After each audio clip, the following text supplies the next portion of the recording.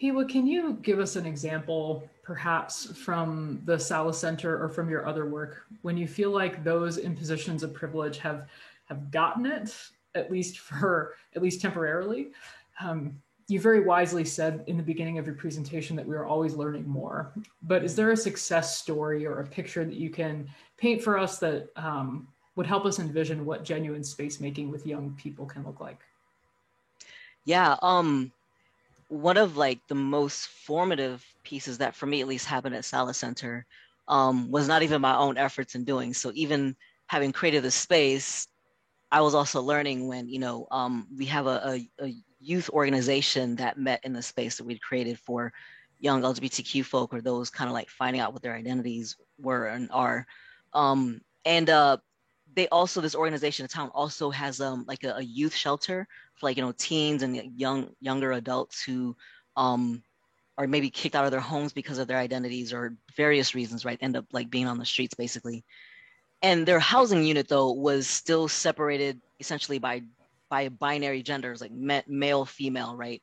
And so we had a meeting at Salas Center brought by like the leadership of the organization, the leader of like the youth group, as well as some youth folk who were able to share very candidly about the challenges of that. So if their identities are shifting, they never really know at any given time if they can bring, maybe they know staff who like dealt with them, when they were, identifying as female, but now they don't. And that actually became a barrier for their getting the care that they needed because they were anxious about whether or not the staff would like roll with it, at any given time, with their identities shifting. One of the bigger things, I think this kind of ties across even not just like shelters, but like, youth groups and stuff or youth trips, right? How we often use gender, a binary gender to like separate youth by like, housing and whatnot. And what I discovered at that table is, these youth folk, a lot of them already have a very clear sense of like, what safe and healthy boundaries are and like need places to talk about it and to like really kind of further develop their understandings. But also, what I realized was, and I'm sure like a lot of the queer youth now will be mad for sharing the secret, but this idea that, separating people by like male, female actually has been like a haven for queer folk because they're allowed to, I'm saying, kind of like explore whatever ways, with people of the same sex, at least what's been assigned at birth. And how that actually then is never like the idea of splitting the genders seems to be like kind of focused on like a heteronormative, separation where maybe like pregnancy is like the main issue, the fear of keeping people separate.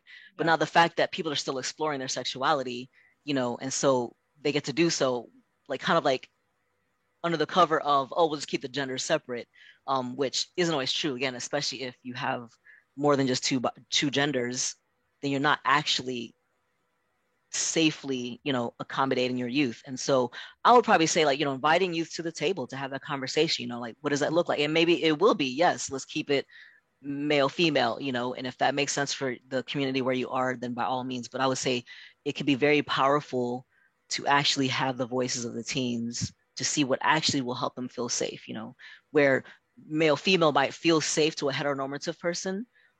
It doesn't necessarily feel safe to a non-binary teen or a transgender teen who maybe is still passing as the gender they were assigned at birth, but that's not their actual gender, Yeah. you know.